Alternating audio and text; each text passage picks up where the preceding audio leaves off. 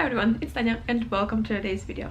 And today I'm here to do my Penguin English Library book haul. Penguin English Library editions have quickly become one of my favorite, aesthetically, one of my favorite classics editions. There is something about them that are so attractive and so beautiful, simple, but at the same time interesting and not boring to look at. And also, of course, their spines. I mean, just have a look at these spines. Look at them.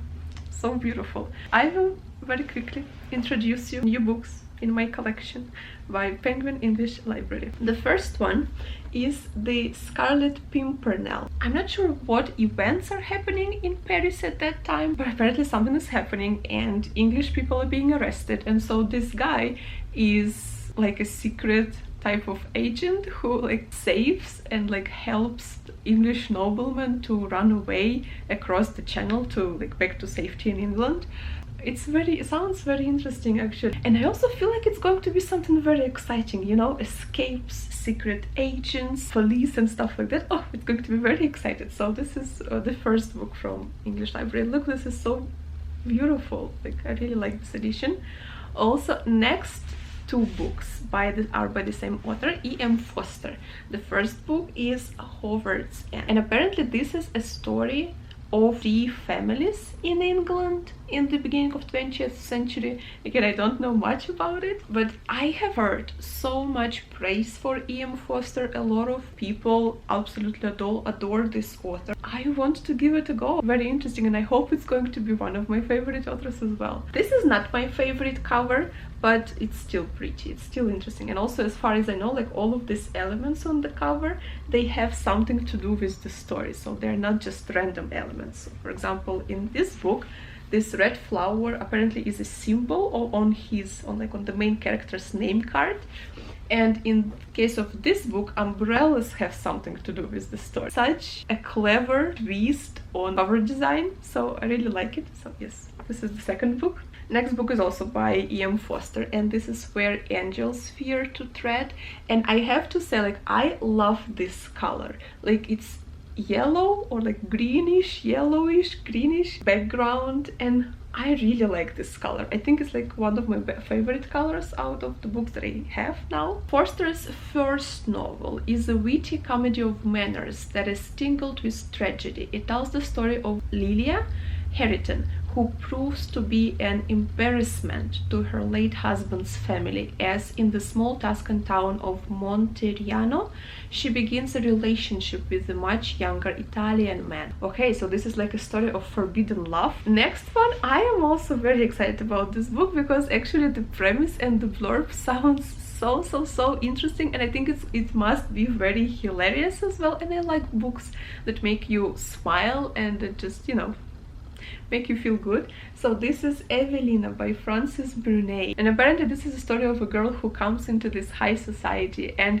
she does not know how to behave, and so she makes like apparently a lot of mistakes, and it's supposed to be hilarious and funny. I really like this cover.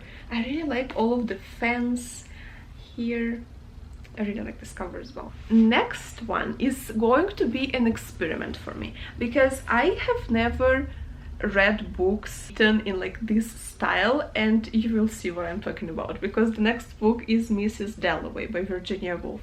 And so Virginia Woolf writes, as far as I know, like they call it like stream of consciousness, right? Again, I've never read any books like of this style, and it's going to be an interesting experiment. I might not enjoy it. I think like maybe you just need to get used to this type of writing, or I don't know, maybe it's just I don't know, we will see. Maybe I will like it. I've never read anything by Virginia Woolf before, and I've always been intimidated actually by her because of this style of writing, which is like stream of consciousness.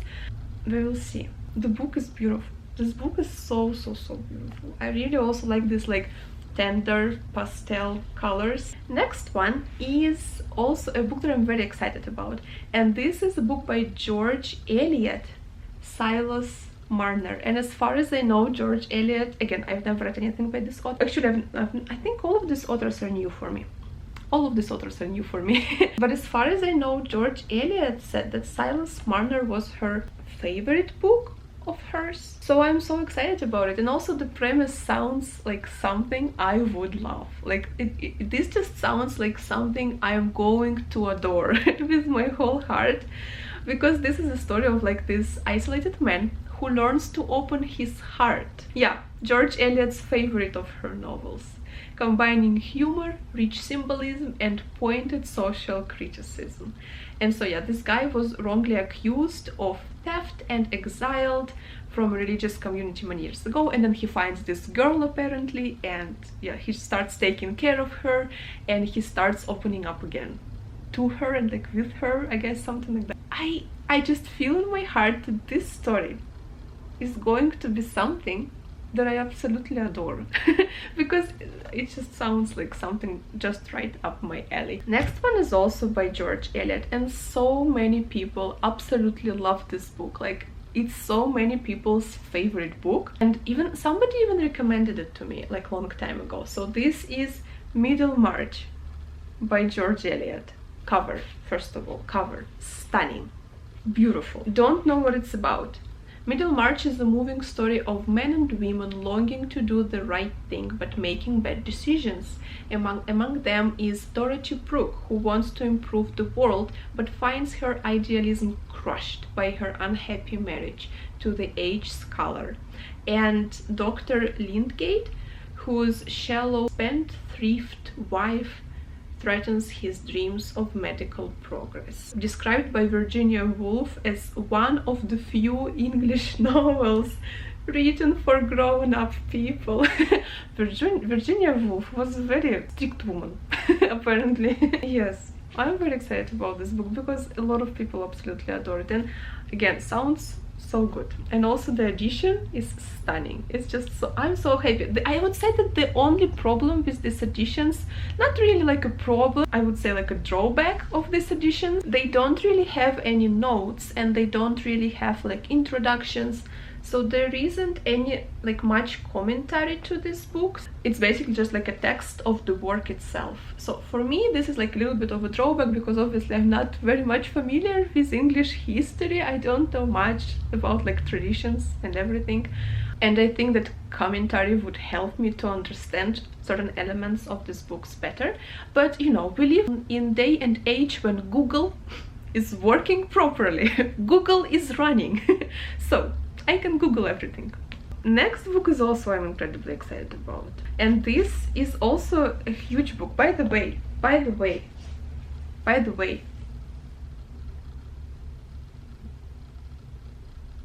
big book is also big, and this is Little Dorrit by Charles Dickens.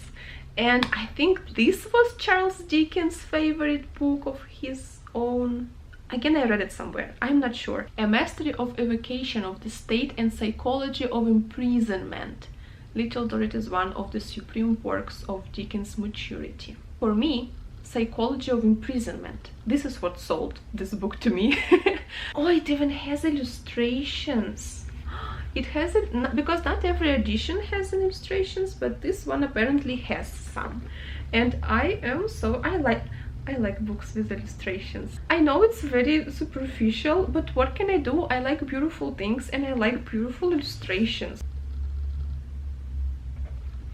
So yeah, this edition has illustrations, and I also really enjoy like the simplicity of the cover. I really like it. It's so simple and clean looking. By Charles Dickens I've only read Christmas Carol. Charles Dickens is an author whom I also need to explore. One more book by Charles Dickens in the same edition is Hard Times. And this is a story of a very interesting man, apparently, judging from the blurb. He is a headmaster of a school. Like, he supports nothing but facts. Like, he banishes any fancy and dreams from his household and from his school. And this book apparently shows how his neglect of feelings leads to both personal misery and strife in wider society. This novel is a celebration of the power of the imagination. Again, sounds like something I would adore. Sounds like something very interesting. Also, something I like about these editions is that the font is like it's a very good size of font, you know. It's not too small, it's not too big, it's just very comfortable, you know. When you look at this, it's actually very comfortable to read. And also books are quite floppy, so you can just hold them like that. I really like these editions, are very comfortable, like to hold and to read. Let's see, little Dorrit is also a very comfortable size of font. I appreciate it because lately I've noticed that like if I read for too long, my eyes start to get tired very fast, especially if the font is very small. That's why I really appreciate books that like take into consideration that font doesn't have to be too tiny. One more book that I want to show you is by another author that I'm very interested in, and I want to read books by him, but I've never read anything by him before. This is Far from the Madding Crowd by Thomas Hardy. And I think this is one of my favorite editions. I have a thing for bees. For some reason, I just really like bees. Like their color and their shape, I think they're so cute. I really find them adorable. And so, the fact that they are on this cover makes this cover appeal to me even more. I'm sure all of you know what Far from the Madding Crowd is about. It's apparently about a woman, novel of swift sexual passion and slow burning loyalty, about working woman whose life is complicated by 3 different men. I watched Lucy the Reader, and she said that Thomas Hardy is one of her favorite authors. This is not her favorite book, but I think she prefers some other book by him. I don't remember. She got me interested in Thomas Hardy because she really likes him. 2 more books I have for you today. One of them is Heart of Darkness by Joseph Conrad, and this is apparently a criticism of slavery. So the blurb says that this masterpiece is harrowing, gripping portrait of man's potential for evil. This sounded very interesting, especially because like the man is traveling in Africa, and exploration of man's potential for evil also sounds like something interesting to me. And the last book that I want to show you today is The Island of Dr Moreau by H.G. Wells. And this is apparently a story about a crazy scientist living on his island and trying to invent a new breed. I don't know, breed of animal? Breed of people? I don't know. So I will give it to the story about the crazy scientist. Yes.